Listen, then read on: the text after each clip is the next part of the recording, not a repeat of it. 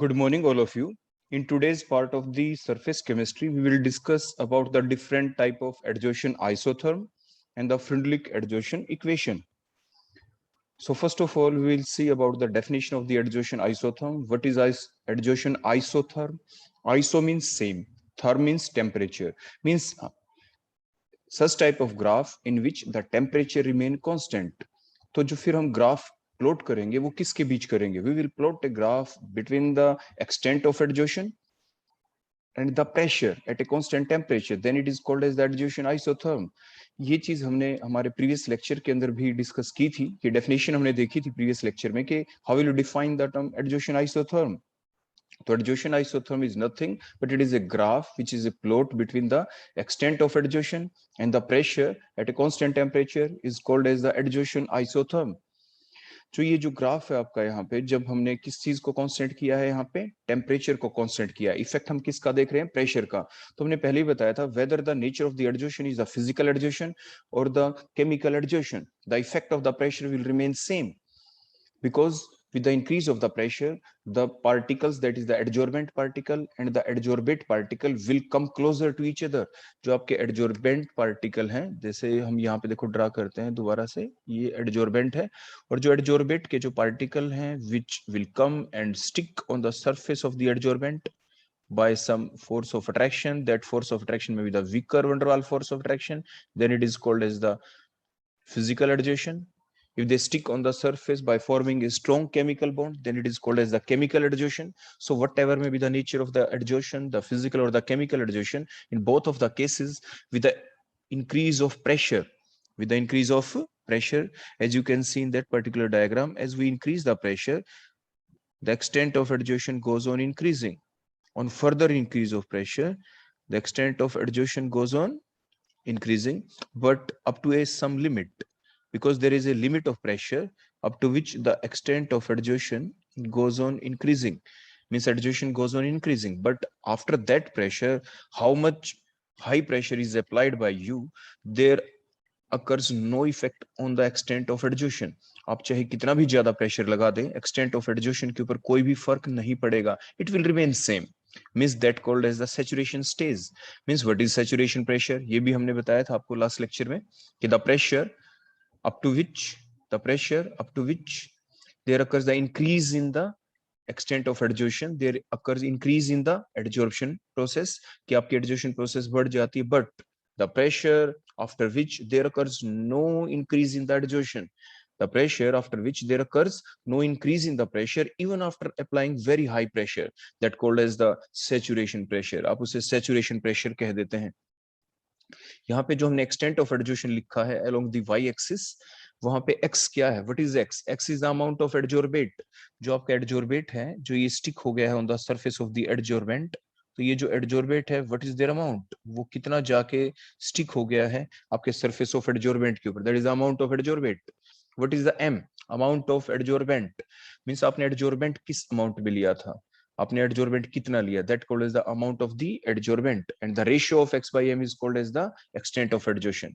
Now we will discuss about the different type of adsorption isotherms. There are different type of possible adsorption isotherms for the adsorption of the gases on the solid.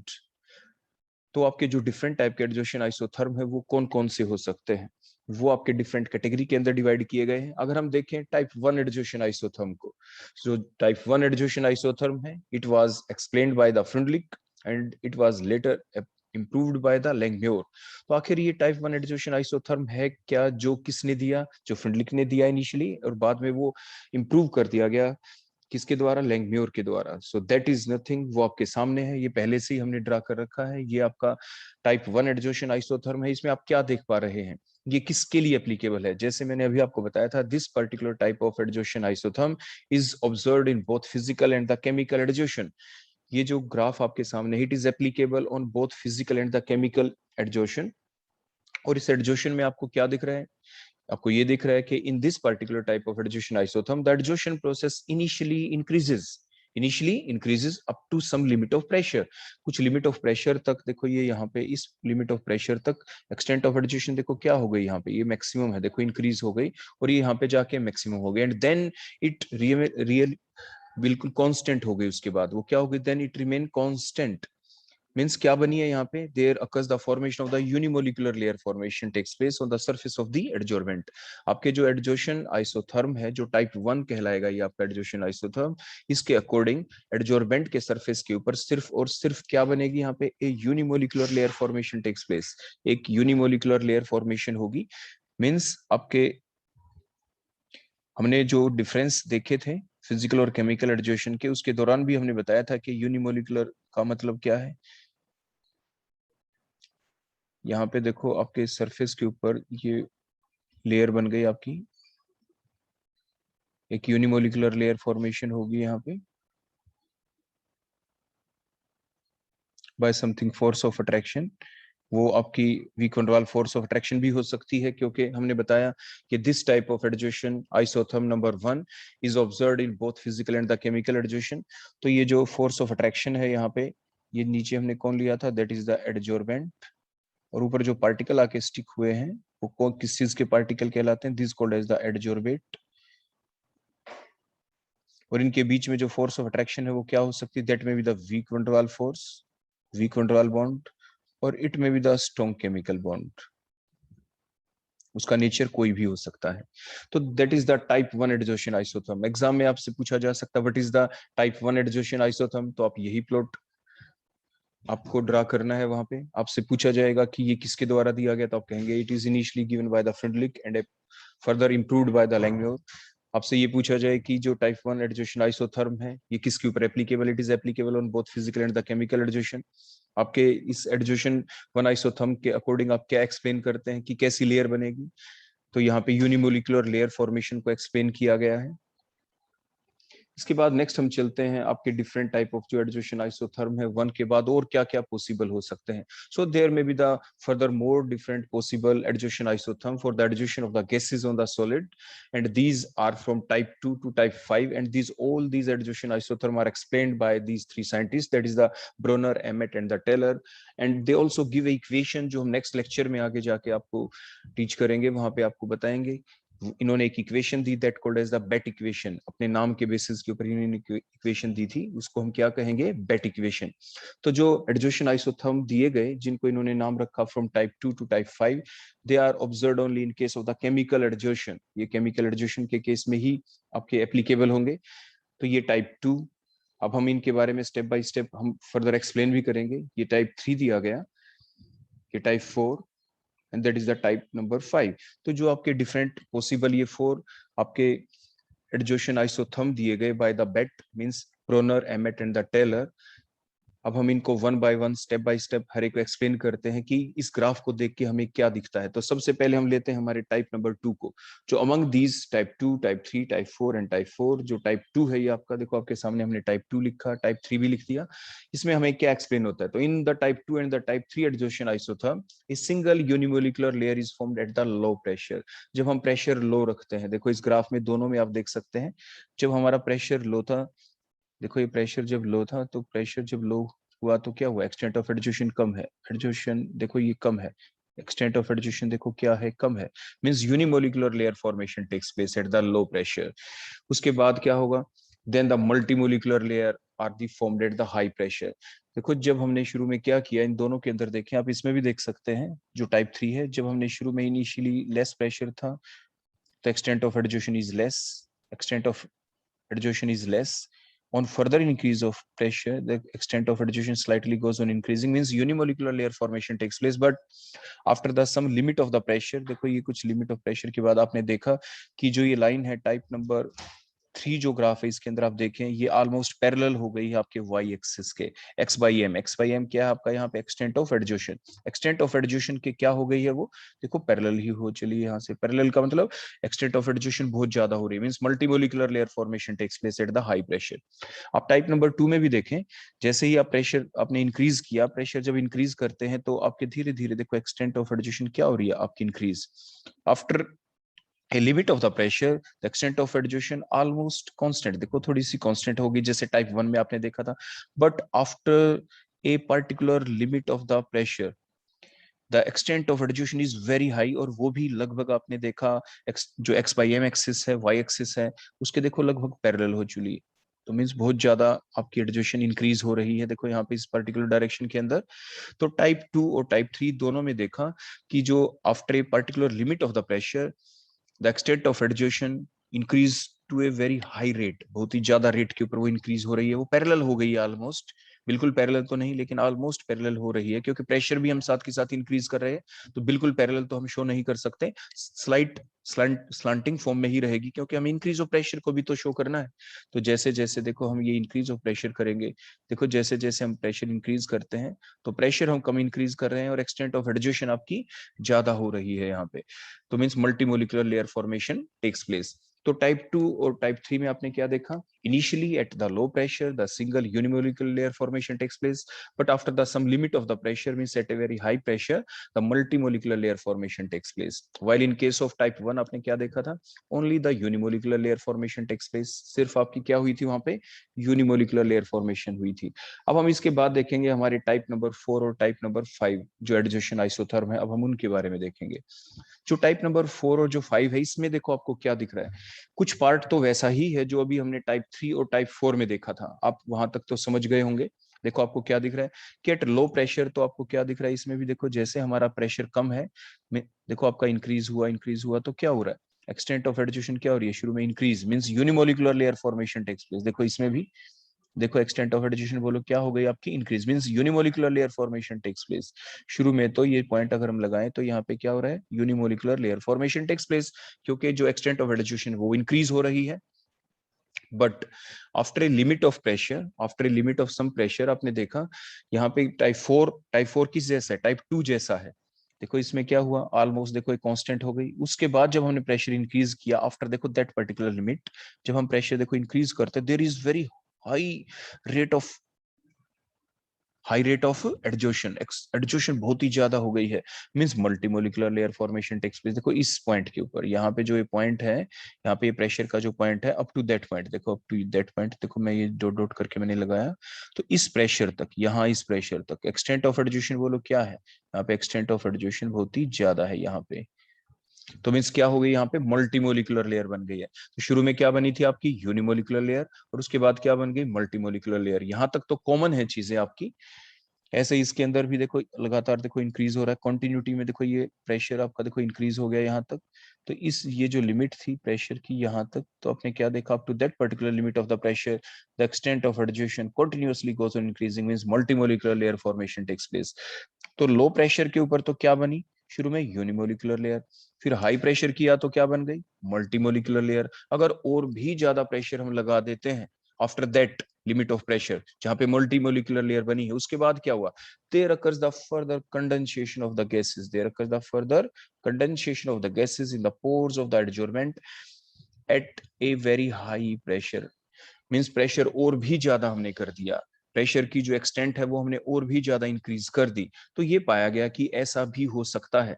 तो ये सारे hypothetical graph होते हैं, जो शुरू में देखो दो ही काम होते हैं जब भी आप रिसर्च काम करते हैं, या तो सबसे पहले आप हाइपोथेटिकल ग्राफ बनाते हैं, हाइपोथेसिस लेके आते हैं कि ऐसा हो सकता है, या पहले आप एक्सपेरिमेंट करते हैं, एक्सपेरिमेंट करने के बाद जो चीज आती है वो आप प्लॉट के ऊपर लेके आते हैं, तो आपका थ्योरेटिकल वर्क बाद में बन जाता है।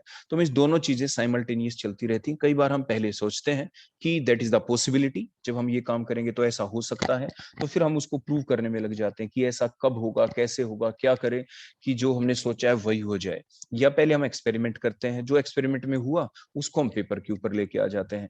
तो सिमिलरली यहाँ पे आपके जो डिफरेंट एडजोशन आइसोथर्म है, these are given by these 3 scientist, जिनका नाम था, यानी बेट के फॉर्म के अंदर, जिन्होंने आगे जाके अपनी एक इक्वेशन भी दी जिसे बेट इक्वेशन कहेंगे। तो ये थे आपके different type of adsorption isotherm, type 1, type 2, type 3, type 4, type 5। आपने देखा टाइप 1 तो किसके ऊपर एप्लीकेबल था, आपके फिजिकल और केमिकल एडजोशन दोनों हो तभी दोनों के ऊपर एप्लीकेबल था। वहां पे कौन सी लेयर बनी, unimolecular layer formation takes place. और यहाँ पे उसके बाद आपने देखा टाइप 2 और type 3, type 4, type 5, these all are applicable only in case of the chemical adsorption. फिर उसके बाद आपने देखा टाइप 2 और टाइप 3 में क्या हुआ, टाइप 2 और टाइप 3 के अंदर क्या देखा था आपने, कि आपके इनिशियली तो यूनिमोलिकुलर लेयर फॉर्मेशन बनती है at a low pressure, but with further increase of the pressure the multimolecular layer formation takes place. और उसी की एक्सटेंशन थी टाइप 2 की, टाइप 2 एडजोशन आइसोथर्म की एक्सटेंशन टाइप नंबर 4 है, और टाइप 3 एडजोशन आइसोथर्म की एक्सटेंशन कौन थी, टाइप नंबर 5 थी। जिसमें फर्दर क्या हुआ, आपके लो प्रेशर तो दोनों ही केसेस के अंदर यूनिमोलिकुलर लेयर फॉर्मेशन हुई, आपके स्लाइटली इंक्रीज करते हैं, प्रेशर को इंक्रीज करते चले जाते हैं, then there occurs the multimolecular air formation takes place after the very after a limit of that very high pressure। अगर हम फर्दर और इंक्रीज करते चले जाएं, then there occurs the condensation of the gases in the pores of the adjournment। आपके जो देखो particles तो पहले से स्टिक ही हैं सरफेस के ऊपर, गैसियस पार्टिकल है, उसके बाद कंडेंसेशन हो गया। कंडेंसेशन का मतलब आप पहले से ही समझते हैं, the process of conversion means वो जो स्लाइट वो लिक्विड फॉर्म के अंदर आपके कन्वर्ट हो जाएंगे आपके, और वो पोर्स के अंदर जाके आपके स्टिक हो जाएंगे। तो ये थे आपके different type of adsorption isotherm. अब हम देखेंगे फ्रिंडलिक एडजोशन इक्वेशन के बारे में। तो जो फ्रिंडलिक साइंटिस्ट था, जिसके बारे में हमने देखा कि शुरू में उन्होंने टाइप 1 एडजोशन आइसोथर्म दिया था, जिसको फर्दर इंप्रूव भी किया लैंगम्योर ने। तो जो फ्रिंडलिक जो साइंटिस्ट था, उसने एडजोशन आइसोथर्म क्या दिया था, उससे रिलेटेड उसने इक्वेशन क्या दी, कैसे किया एक्सप्लेन, अब हम उसके बारे में स्टडी करेंगे। तो now we will study about the Freundlich adsorption equation. The equation it is an empirical equation. देखो हम ये वर्ड बता दें कि एम्पेरिकल का मतलब क्या होता है। एम्पेरिकल शब्द का मतलब यहाँ पे जब हम इक्वेशंस के साथ लिखते हैं, that is the directly written equation. Directly written का मतलब जो साइंटिस्ट था फ्रिंडलिक, उसने सोचा और लिख दिया पेपर के ऊपर, उसने सोचा और उसको उसको पेपर के ऊपर लिख दिया कि हाँ ऐसा होगा, that called the directly written equation. Directly written equations को हम क्या कहते हैं, that is the empirical equation. बाद में फर्दर उनको प्रूव भी किया जा सकता है कि ऐसा हमने क्यों लिखा, लेकिन फिलहाल इन्होंने इसको डायरेक्टली लिखा, so that called as the empirical equation. So the directly written equation, the empirical equation which explain the effect of the pressure on the extent of adsorption at the constant temperature is called as the Freundlich adsorption equation। it is given by, और उसने कैसे दी, x by m, देखो जो y axis के ऊपर हमने ले रखा है, इज डायरेक्टली प्रोपोर्शनल टू, किसके डायरेक्टली प्रोपोर्शनल है ये, क्योंकि ये k इज ए कांस्टेंट है, यहाँ पे k तो बोलो क्या है, कांस्टेंट। मींस जो x by m है, it is directly proportional to the pressure, और raise to the power 1 by n, raise to the power 1 by n। और उसके बाद हमने क्या किया, डायरेक्टली प्रोपोर्शनल का जो साइन है वो हमने रिमूव किया, इक्वल टू का साइन आ गया, वहां पे हमने कोई कांस्टेंट रखा, वो हमने k लिख दिया वहां पे। तो यहाँ पे x क्या है, जैसे हमने पहले भी आपको बताया, x is the amount of the adsorbate, means कितना जो अमाउंट है एडजॉर्बेट का वो स्टिक हो गया on the surface of the adsorbent. और एडजॉर्बेंट हमने कितना लिया, that is the m, amount of the adsorbent. और जो रेशियो है x by m, वो आपकी कहलाती है एक्सटेंट ऑफ एडजॉर्शन। तो x by m को हमने लिया अलोंग द y एक्सिस, और प्रेशर को लिया हमने कहां पे, अलोंग द x एक्सिस। और ये टाइप 1 ग्राफ है जो हमने पहले ही आपको बता दिया था, it is given by the Freundlich. इसके बाद यहाँ पे n क्या है, n is an integral value that ranges from 0 to 1, that ranges from 0 to 1। p क्या है, p is the pressure here. k क्या है, k is a constant that called as the adsorption coefficient. फिर अब हम देखेंगे कि अब इसको थोड़ा एक्सप्लेन करते हैं क्या हुआ एट ए लो प्रेशर, जैसे हमने पहले भी स्टडी किया था, at a low pressure the adsorption is very small. जब प्रेशर देखो बहुत ही कम था, जब प्रेशर बहुत ही जीरो था, तो देयर अकर्स नो एडजॉर्शन, जब एडजॉर्शन हुई ही नहीं थी। केमिकल एडजॉर्शन को अगर हम देखें तो फिजिकल एडजॉर्शन हो चाहे केमिकल एडजॉर्शन हो, दोनों के ऊपर प्रेशर का इफेक्ट सेम रहता है, हम आपको पहले बता चुके हैं। The effect of the pressure on both physical and chemical adsorption will remain same. Pressure का इफेक्ट क्या होता है, पार्टिकल्स को एक दूसरे के नजदीक लाना, the particles will come closer to each other for either for the formation of the weak van der Waals bond और the formation of the strong chemical bond in case of the chemical adsorption. So the effect of the pressure will remain same, means at low pressure the adsorption is very small, क्योंकि particles एक दूसरे को कम approach करते हैं। And the graph is linear. Graph क्या है बोलो आपका, ये लीनियर रहेगा। यहाँ पे देखो जैसे जैसे हम प्रेशर को देखो इंक्रीज करते हैं, वैसे वैसे प्रेशर हमारा बोलो क्या हो रहा है, देखो ये इनकी देखो ये ऑलमोस्ट देखो लीनियर रही ये लाइन, बोलो कैसी रही है आपकी, देखो यहाँ से यहाँ तक बिल्कुल लीनियर स्ट्रेट लाइन है आपकी, जो मैंने रेड कलर से अभी शो की। तो इसलिए हम क्या लिख सकते हैं, x by m is directly proportional to p, p raise to the power 1। उसके बाद एट ए हाई प्रेशर अगर हम लिख दें तो क्या होगा, अगर हम प्रेशर बहुत ही ज्यादा कर दें, देखो आफ्टर सम लिमिट, देखो ये हमारी लिमिट पहुंच गई यहाँ तक, देखो यहाँ तक भी चले तो ऑलमोस्ट देखो लीनियर ही माने। लेकिन जो ये लिमिट है जिसे हम सैचुरेशन प्रेशर कह रहे हैं, इसके बाद आपने क्या देखा, there occurs no effect of the pressure. देखो लाइन बिल्कुल ही पैरेलल होगी, देखो यहाँ से दिख गया ना, that line is parallel to the pressure axis, parallel हो गई प्रेशर एक्सिस के। तो एक्सटेंट ऑफ एडजॉर्शन क्या रही, उसके ऊपर कोई इफेक्ट नहीं है, there occurs no effect of pressure, pressure का कोई इफेक्ट नहीं। Means the adsorption at the high pressure, the adsorption is very large, adsorption बहुत ही ज्यादा हो चुकी है यहाँ पे, and the adsorption is independent of the pressure.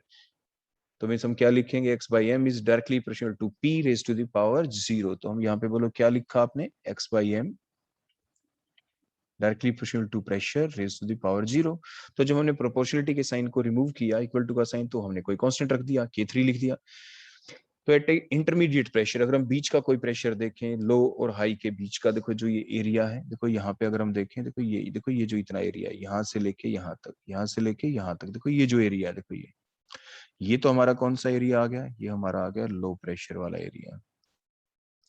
जब पैरेलल हो गया तो ये हमारा कौन सा एरिया आ गया था, बोलो यहाँ पे ये हमारा हाई प्रेशर का इफेक्ट हमने देखा। ये जो बीच का एरिया है, देखो यहाँ से यहाँ तक, ये आपका एरिया कौन सा है, that is the intermediate pressure. तो यहाँ पे क्या हुआ, यहाँ पे तो पहले वाले केस में तो क्या था, एट लो प्रेशर, हमने जो अभी देखा, देखो इस लिमिट के अंदर यहाँ से लेके यहाँ तक क्या था, x बाई एम क्या था, किसके था इक्वल, जो x बाई एम था, that is proportional to p raise to the power आपका 1। ये जो लिमिट थी एट ए हाई प्रेशर, यहाँ पे आपने क्या देखा, यहाँ पे आपने देखा कि x by m is directly proportional to p raise to the power 0। तो इंटरमीडिएट जो स्टेज है यहाँ पे क्या आएगा, इंटरमीडिएट स्टेज के ऊपर आ जाएगा आपका यहाँ पे इस पर्टिकुलर रेंज के अंदर कि x by m is directly proportional to p raise to the power, बोलो क्या आ जाएगा यहाँ पे, जो हमने बिल्कुल स्टार्ट में डेफिनेशन में लिखा था, 1/n।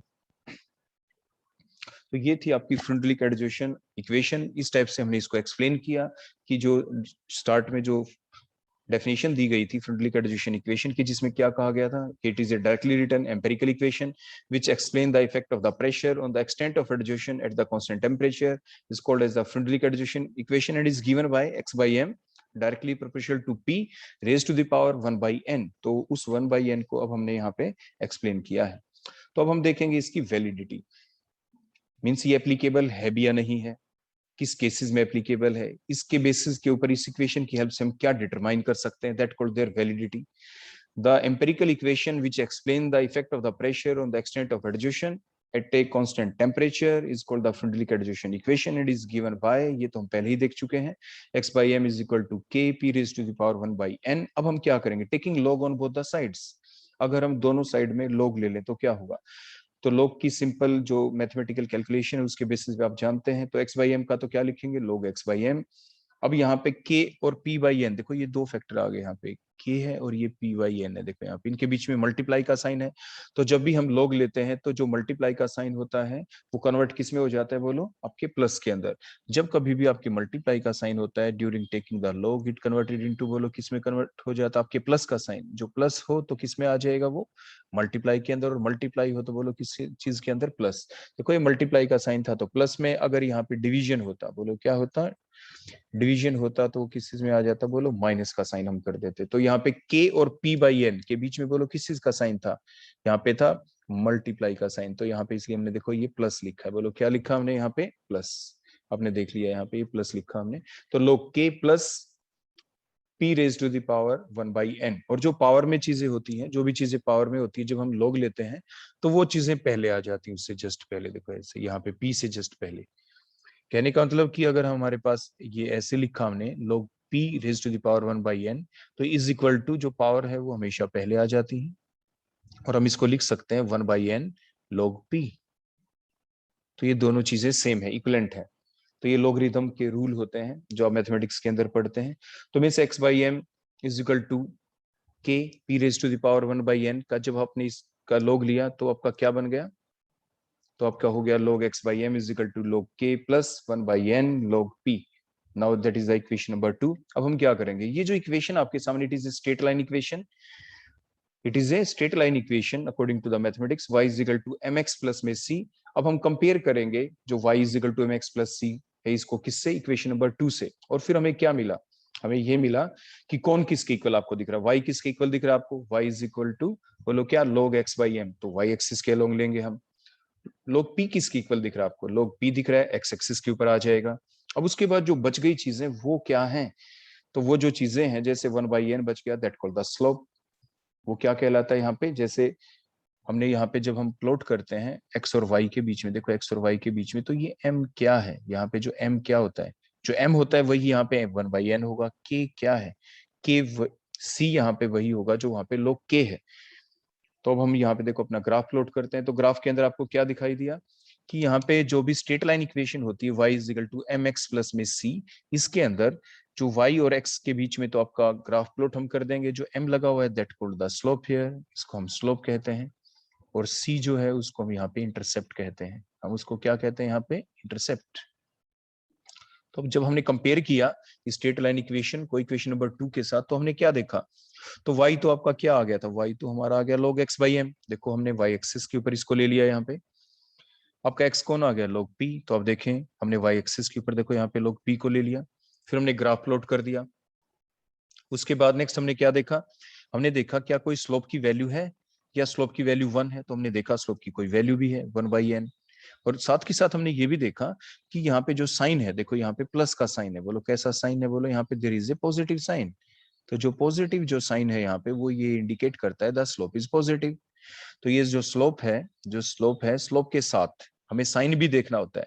तो 1/n से पहले आप ऊपर इक्वेशन नंबर 2 में बड़े ध्यान से देख पा रहे हैं, वहां पे प्लस का साइन है। प्लस का sign means positive slope. Positive slope means जैसे देखो आप रोड के ऊपर चले जा रहे हैं, एक तो बिल्कुल प्लेन रोड हो, एक बिल्कुल ऊंचाई हो, आप ऊपर चढ़ रहे हो, that called the positive slope, और नीचे जा रहे हैं that is a negative slope. तो यहाँ पे पॉजिटिव वैल्यू है तो आपका ग्राफ ऊपर की तरफ चलेगा। प्लस क्या आपका ग्राफ जीरो वैल्यू से स्टार्ट है, ओरिजिन से स्टार्ट है? नो, क्योंकि plus C, y is equal to M x plus C के अंदर जो c है that is called the intercept. Intercept की बोलो वैल्यू यहाँ पे कितनी होगी? That is log k। log k जो आपको दिख रहा है दैट इज बोलो क्या आपका? इंटरसेप्ट। इंटरसेप्ट मींस आपका जो ग्राफ है ओरिजिन से स्टार्ट नहीं होगा, देयर इज सम मैग्नीट्यूड, कुछ मैग्नीट्यूड होगा, उसके बाद ही आपका ग्राफ स्टार्ट होगा। देखो जैसे यहाँ से हमारा ग्राफ यहाँ से शुरू हुआ है, उससे पहले की जो ये इतनी वैल्यू है आपकी y एक्सिस के ऊपर, दैट कॉल्ड द इंटरसेप्ट। बोलो इंटरसेप्ट कितना है? ये log k, that is log k। ये वैल्यू इतनी log k है, मींस इतनी हाइट के ऊपर से ही आपका ग्राफ ये स्टार्ट होता है। वहां तक आपने क्या देखा? Even at very very low zero value, log p की वैल्यू देखो जीरो है, तो वहां तक आपका क्या हुआ? पर्टिकुलर उस वैल्यू के ऊपर आपका log x बाई m की पर्टिकुलर थिंग है यहाँ पे। तो आपने देखा कि यहाँ पे इंटरसेप्ट की वैल्यू भी है। तो आपने यहाँ से क्या क्या डिटरमाइन कर सकते हैं? आप log k कहां से डिटरमाइन करेंगे? Directly from the graph. Intercept जो है वो किस चीज को रिप्रेजेंट कर रहा है? बोलो इंटरसेप्ट की वैल्यू ग्राफ के अंदर हम सीधा देख लेंगे, तो log k है। स्लोप की वैल्यू हम डायरेक्टली ले लेंगे 1/n। स्लोप क्या होता है? That is the tan theta. बोलो क्या होता है? वो tan थीटा है। So slope is always equal to tan theta and it is given by 1/n according to the equation number 2। और tan थीटा क्या होता है? आपने पढ़ा है ना, पंडित बद्री प्रसाद और हर हर भोले, आप ऐसे देखो हमेशा पढ़ते आए हैं। पहले वाला जो फैक्टर होता है that is a sign, other वाला क्या होता है? दैट इज अ कोस, और लास्ट वाला बोलो क्या होता है? आपका टेन होता है। तो टेन क्या होता है? Perpendicular upon base. बोलो क्या होता है आपका? Perpendicular upon base. तो अगर हम देखो यहाँ पे इस टाइप से ये कर दें, देखो ये हमने ले लिया, ये आपका परपेंडिकुलर बन गया। क्या बन गया आपका? ये परपेंडिकुलर। तो ये तो आपका देखो परपेंडिकुलर हो गया, ये आपका क्या हो गया? बोलो बेस हो गया। तो P बाई बी को भी आप टेन थीटा कहते हैं। तो परपेंडिकुलर अपॉन बेस बोलो क्या होता है? Perpendicular upon base is called as the tan theta. तो जो परपेंडिकुलर की वैल्यू जो आपका स्लोप है आप वहां से ले सकते हैं, बेस की वैल्यू आप यहां से देखो ऐसे कैलकुलेट कर सकते हैं फ्रॉम द ग्राफ, और डायरेक्टली तो है ही यहाँ पे 1/n, तो n की वैल्यू भी हम डिटरमाइन कर सकते हैं। तो ये थी आपकी फ्रुंडलिक एडजोशन इक्वेशन की वैलिडिटी के, जो आपकी ये फ्रुंडलिक एडजोशन जो इक्वेशन है, इसकी हेल्प से हम क्या क्या चीजें डिटरमाइन कर सकते हैं। तो आपने क्या देखा इसके अंदर कि यहाँ पे जो स्लोप है वो क्या है? 1/n with positive value. देखो अभी हमने लिखा स्लोप क्या है? 1/n with positive value mean slope is positive. Intercept क्या है? इंटरसेप्ट हुआ यहाँ पे log k। तो for a that particular case, कोई भी पर्टिकुलर केस हो तो उसमें हम क्या कर सकते हैं? Value of n and k can be calculated from that particular plot, which is a plot in between log x by m and the log p, which gives the straight line with some positive slope. और जो solutions होंगे, तो solution के case में, gases के case में तो हम क्या करते हैं? वहां पे हम प्रेशर ले लेते हैं। सॉल्यूशन के केस में हम कंसंट्रेशन वर्ड को यूज करते हैं। तो that is all about the validity of the Freundlich adsorption equation. तो हमने हमारे आज के जो लेक्चर है उसके अंदर हमने क्या सीखा? कि हमने ये सीखा कि जो एडजोशन आइसोथर्म आखिर होता क्या है। मींस एडजोशन आइसोथर्म का मतलब एक ऐसा प्लॉट जो टेम्परेचर को कांस्टेंट रख के प्लॉट किया गया हो, और लोग वो हम extent of adhesion versus pressure के ऊपर ही हम डिटरमाइन करते हैं कि प्रेशर का क्या इफेक्ट होगा एक्सटेंट ऑफ एडजोशन के ऊपर। फिर डिफरेंट टाइप के एडजोशन आइसोथर्म दिए गए, टाइप 1 से लेके टाइप 5 तक। जो टाइप नंबर 1 है which is given by the Freundlich, which is further improved by the Langmuir. तो फ्रुंडलिक ने क्या दिया था वो अभी हमने यहाँ पे पढ़ा कि फ्रुंडलिक एडजोशन इक्वेशन उसने दी, उसकी वैलिडिटी हमने चेक की कि उसकी हेल्प से हम क्या डिटरमाइन कर सकते हैं। So that is all about the adsorption isotherm and the Freundlich adsorption equation along with their validity. Thank you.